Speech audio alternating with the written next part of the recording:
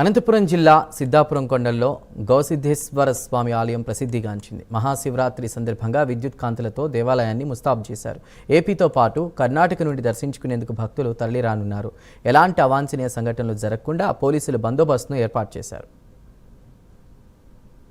అనగా అంటే 15/2/2026 ఆదివారం నందు శివ మహారాత్రి పర్వదినానందు శ్రీ గౌసిద్ధేశ్వర స్వామికి పొద్దున్నే అంటే తెల్లవారుజామున 6 గంటల నుంచి 9 గంటల వరకు రుద్రాభిషేకము, పంచామృతాభిషేకము, మళ్ళీ బిల్వార్చన పూజ చేసి మళ్ళీ అలంకారం చేస్తాము.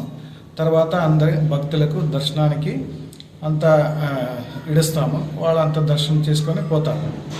మళ్ళీ వచ్చేసి ఏం చేస్తాము, సాయంత్రం అంతా అలంకారం తీసేసి మళ్ళీ కాశీ నుంచి తెచ్చిన గంగా జలా నుంచి రుద్రాభిషేకము, మళ్ళీ పంచామృతము, మళ్ళీ బిల్వార్చన చేసి అలంకారం. ఇలాగే 4 యామాలు అంటే 4 రుద్రాభిషేకం తెల్లవారుజాము వరకు రుద్రాభిషేకం చేస్తాము.